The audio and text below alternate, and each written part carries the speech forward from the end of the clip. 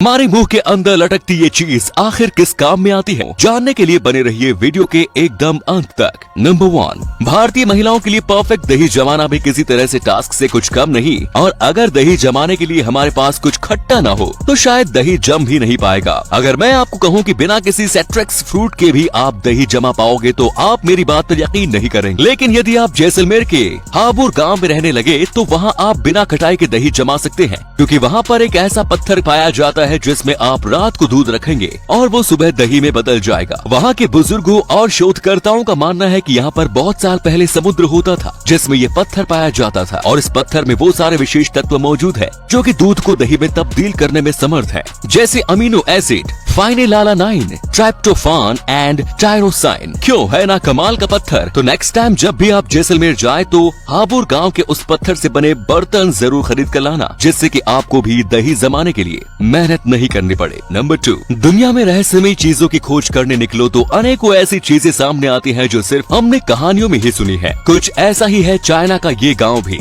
China के Sichuan में स्थित यांसी गांव को बोनो का गांव कहा जाता है। ऐसा नहीं है कि चीन से सभी बोने आकर यहाँ इस गांव में बस गए हैं, बल्कि ये तो यहीं पर पैदा हुए और पले बड़े हैं। यहाँ पर मौजूद सबसे बड़े व्यक्ति की लंबाई 3 फीट 10 इंच है और वही सबसे छोटा व्यक्ति 2 फीट 1 इंच का है। लेकिन ये आज तक एक रहस्य ही बना हुआ है कि एक सामान्य कदकाठी वाला गाँव कैसे बोनो के गाँव में तब्दील हो गया। वैज्ञानिकों ने इस बात की खोज करने के लिए यहाँ की मिट्टी, पानी, हवा, अनाज और वातावरण का कई बार जायजा लिया, लेकिन वो भी इस सवाल का जवाब नहीं ढूंढ पाए। गांव के कुछ बुजुर्गों का मानना है कि 1951 में यहाँ फैली बीमारी के कारण ऐसा हुआ, तो कुछ इससे बुजुर्गों का अभिशाप मानते हैं। लेकिन ये गांव आज तक एक अनसुलझा रहस्य ही बना हुआ है। नंबर 3, ये तो आप सभी जानते होंगे कि एंशियंट ममीज को बहुमूल्य धरोहर के रूप में म्यूजियम में कितनी केयर के साथ रखा जाता है। लेकिन बहुत दशक पहले एक ऐसा समय भी आया जब इन बहुमूल्य ममीज को खुलेआम फल सब्जियों की तरह बेचा जाने लगा। दरअसल ऐसा तब हुआ था जब नेपोलियन ने युद्ध करके मिस्र पर जीत हासिल कर ली थी। तब उन्होंने मिस्र की म्यूजियम को यूरोप की सड़कों पर बेचना शुरू कर दिया और यूरोप के लोग इन ममीज को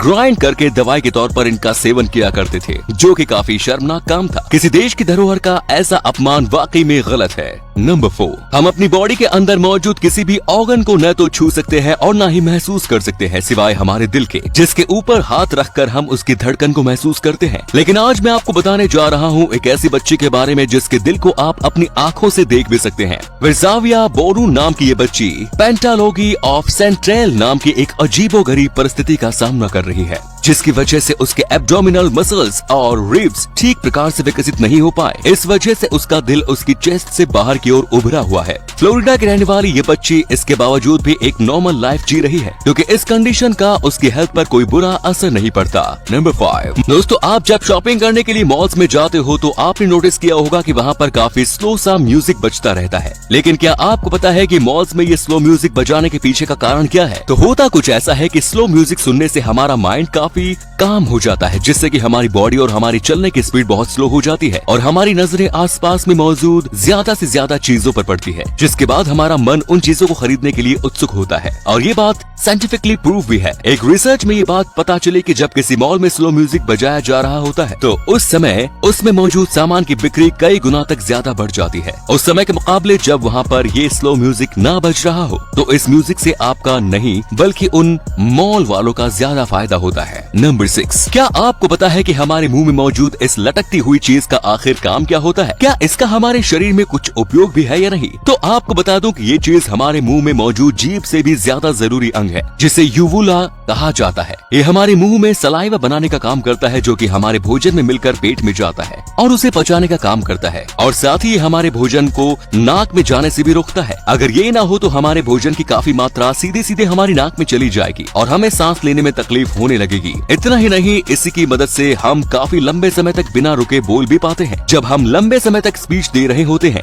या फिर गाना गा रहे होते हैं तो ये यूवुला ही होता है जो लगातार हमारे मुंह के अंदर सलाइवा को बनाता रहता है और हमारे गले को सूखने नहीं देता, जिससे कि हमारा बोलना काफी स्मूथ हो जाता है। लेकिन इसका एक काम ऐसा भी है जो शायद आपके साथ रहने वालों को पसंद ना आए, और वो है खर्राटे लेना। जी हाँ, हमें खर्राटे भी इसी यूवुला की वजह से ही आते हैं। वैसे क्या आप भी खर्राटों की समस्या से परेशान हैं? तो मुझे कमेंट्स में जरूर बताएं। अगर ये वीडियो अच्छी लगी तो इसे शेयर करना ना भूलें और ऐसे ही और भी अमेजिंग वीडियोस को लगातार देखते रहने के लिए जुड़े रहिए। धन्यवाद।